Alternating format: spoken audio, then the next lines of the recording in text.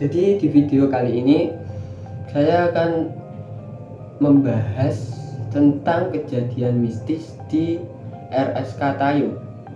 Pasti kalian mendengar apa itu RSK Tayu, Rumah Sakit Kristen Tayu yang viral pada tahun 2021 kemarin.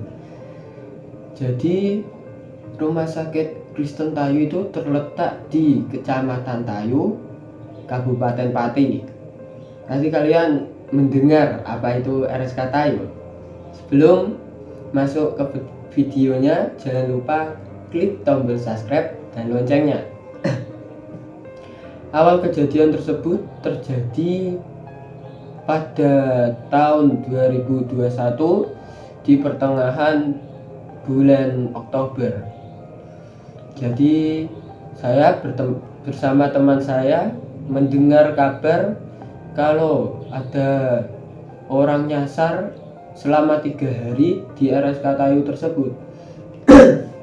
Karena saya dan teman saya penasaran akan mistisnya rumah sakit tersebut, saya pun mengajak teman saya untuk menelusuri RSK Tayu. Jadi pada saat penelusuran itu terjadi pada hari Kamis malam Jumat. Jadi tepatnya malam Jumat Kliwon. Malam Jumat Kliwon itu kan dipercaya sebagai malam yang sakral oleh masyarakat Jawa pada umumnya. Jadi bertepatan pada malam Jumat Kliwon, saya bersama teman saya itu mencoba penelusuran untuk ke RSK Tayu. Jadi awal berangkat dari rumah ke RSK Tayu itu berjarak sekitar 50 km. Jadi antara rumah saya dengan RSK Tayu itu berjarak 50 km. Jadi kalau perjalanan itu sekitar 1 jam perjalanan menuju ke RSK Tayu. Perjalanan itu saya dengan teman saya mulai pada pukul setengah 11 malam. Karena di situ kan kalau mau masuk izin karena situasi Covid itu kan. Jadi berangkat dari rumah itu setengah 11 agar aman dari izin oleh masyarakat sekitar. Jadi di saat sudah sampai di RSK Tayu itu cuma kita berdua yang ada di RSK. Biasanya kan ada youtuber yang ngevlog di situ melakukan penelusuran di RSK. Ya pada saat itu cuma berdua, saya dengan teman saya doang yang ada di RSK Tayu. Kami salam, setelah sampai salam dari pagar itu, salam meminta izin untuk masuk kepada penunggu yang ada di pagar itu. Jadi dari depan saja itu auranya sudah negatif, aura di RSK Tayu itu. Jadi dari depan pagar itu kayak ada yang melarang. Jadi ya gimana lagi, kita kan penasaran gitu, kayak ada melarang, jangan masuk gitu.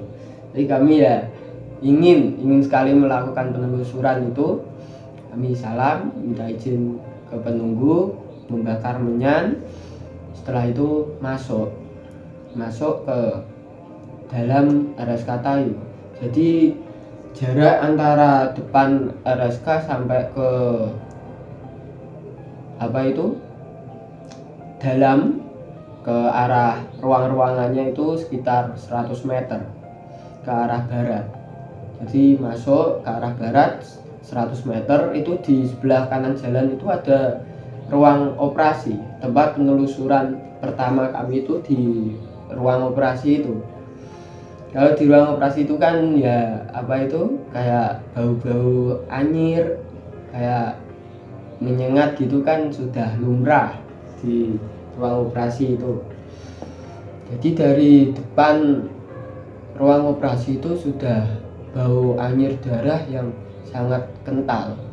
Bau anyirnya itu kayak darah busuk yang ada di ruang operasi itu. Setelah salam dan meminta izin ke penunggu, kami pun masuk ke dalam. Di dalam itu kan ada ranjang untuk operasi itu. Saya dengan teman saya itu melihat ada sosok 2 dokter yang sedang mengoperasi pasien. Jadi 2 dokter itu menggunakan APD lengkap sama seorang pasien. Di pasien itu, permisi ya, mukanya hancur setengah sama tangannya putus. Jadi kami ya sempat kaget, kok ada sosoknya itu, kaget, dan darahnya itu mengucur terus. Jadi pasien itu darah dari muka sampai ke badannya itu mengucur terus. Jadi sebelahnya itu ada 2 dokter yang sedang mengoperasi. Kami pun salam sama ya, kami kan tidak berniat mengganggu, jadi situ juga nggak mengganggu, karena awal niat kami datang ke situ hanya untuk penelusuran, bukan untuk menantang penunggu-penunggu yang ada di sana, cuma penelusuran. Karena karena penasaran, nggak bertujuan untuk menantang. Jadi selama 5 menit di ruang operasi itu sudah gak kuat karena bau anyir darah yang busuk itu menyengat. Jadi gak kuat, terus keluar sama teman saya, terus ke arah barat. Itu kami bertemu perempatan bangsal lorong karo bahasanya. Terus itu lorong pertama. Jadi kami itu menuju ke arah barat selama 100 meter. Jadi ke arah barat 100 meter itu ada bangsal kedua, terus 100 meter ke barat itu ada garasi ambulan. Jadi tempat penelusuran kedua kami yaitu mobil jenazah yang ada di RSK itu. Konon cerita dari warga setempat itu mobil jenazah itu setiap malam Jumat itu bisa jalan sendiri. Nah, bertepatan dengan kami di situ ternyata enggak. Jadi mobilnya ada di situ.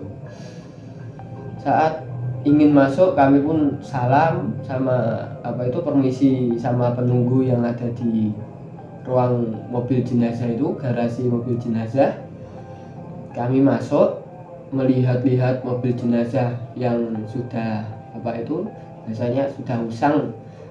Setelah kami cek mobil jenazah itu, ternyata di depan bagian sopir dan sebelah kiri itu ada sesosok dokter sama seorang pasien. Jadi dokter itu mukanya sudah berlumuran darah semua, sama pasien yang perempuan itu sedang hamil sama mukanya ditutupin rambut. Jadi nggak kelihatan yang sosok perempuannya, tapi dokter itu mukanya bercucuran darah semua. Sang dokter itu yang ada di bagian sopir. Setelah dari garasi ambulan, kita pun menuju ke belakang dan menuju ke arah selatan. Jadi sebelah dari garasi ambulan itu ada ruang pemandian mayat. Jadi sebelah ini ruang mobil jenazah, sebelah kirinya itu pemandian jenazah. Jadi pemandian jenazah itu sekitar 10 meter dari garasi ambulan itu jaraknya. Setelah itu tempat penelusuran ketiga yaitu pemandian jenazah itu. Kami pun sebelum masuk salam, permisi sama penunggu. Di kayak untuk pemandian jenazah itu ada sesosok laki-laki yang kakinya putus di situ. Jadi sempat kaget mau masuk ke situ sempat kaget, ada sesosok laki-laki yang kakinya buntung itu bercucuran darah, jadi darahnya itu keluar dari kaki semua. Setelah dari ruang pemandian jenazah, tempat penelusuran keempat yaitu sumur. Jadi di sumur itu konon cerita sejarahnya itu banyak korban-korban tragedi yang ditimbul di situ. Jadi aura di sumur itu sangat kental akan negatifnya. Aura-aura yang gak enak itu banyak di sumur itu, karena ya itu sejarahnya apa itu untuk tempat pembuangan mayat itu. Setelah ke sumur itu pun sudah sekitar jam 12:30 malam. Jadi di situ nggak kerasa sudah 12:30 malam. Setelah dari sumur, kami pun kembali lagi ke arah bangsal itu, ke perempatan, dan menuju ke sebelah timur sekitar 100 meter itu ada ruangan manggis. Jadi tempat penelusuran kelima yaitu ruang manggis. Ruang manggis itu tempat untuk apa? Pasien-pasien balita sama dewasa di situ itu. Setelah ingin masuk ke ruang manggis itu, kami pun salam sama permisi kepada penunggu yang ada di sana. Kami masuk. Ternyata aura di ruang manggis itu nggak terlalu negatif, auranya tenang, ya ada sisi positifnya di situ.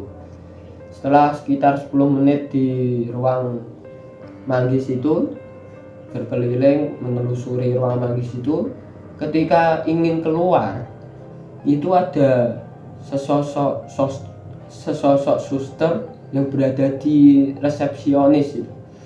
Ada sosok suster yang ada di resepsionis itu melihat ke arah kita. Jadi dari raut wajahnya itu kayak nggak senang akan kita masuki ruang itu. Setelah ingin keluar itu permisi sama salam sama suster itu, penunggu yang ada di situ. Setelah itu kami keluar menuju ke arah barat lagi, ke perempatan itu. Jadi di perempatan situ itu kan konon ada sesosok suster yang berjalan membawa troli itu, katanya suster gepeng gitu. Tapi saat itu nggak ditemui sama suster itu. Ya alhamdulillah sih nggak ditemui sesosok suster itu. Karena konon ceritanya itu mukanya gepeng, tengkorak, sosok suster tapi mukanya tengkorak.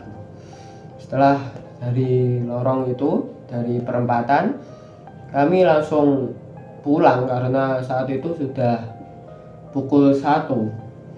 Nggak terasa sudah pukul 1, sudah larut malam. Kami langsung pulang. Saat perjalanan pulang, teman saya itu mendengar kalau ada sesosok anak kecil yang meminta tolong kepada dia. Jadi suaranya kan, Mas tolong cariin ibuku gitu. Kata teman saya itu begitu, katanya dimintai tolong oleh sesosok anak kecil yang kehilangan ibunya. Setelah itu kami pun nggak memikirkan akan suara itu. Kami langsung terus pulang karena sudah larut malam. Setelah pulang itu sekitar pukul 3, jadi perjalanan dari RSK itu 1:30, sampai rumah itu sekitar 2:30, jadi sebelum subuh. Saat sampai rumah itu kan badan rasanya kesel semua, langsung tertidur pulas saya itu.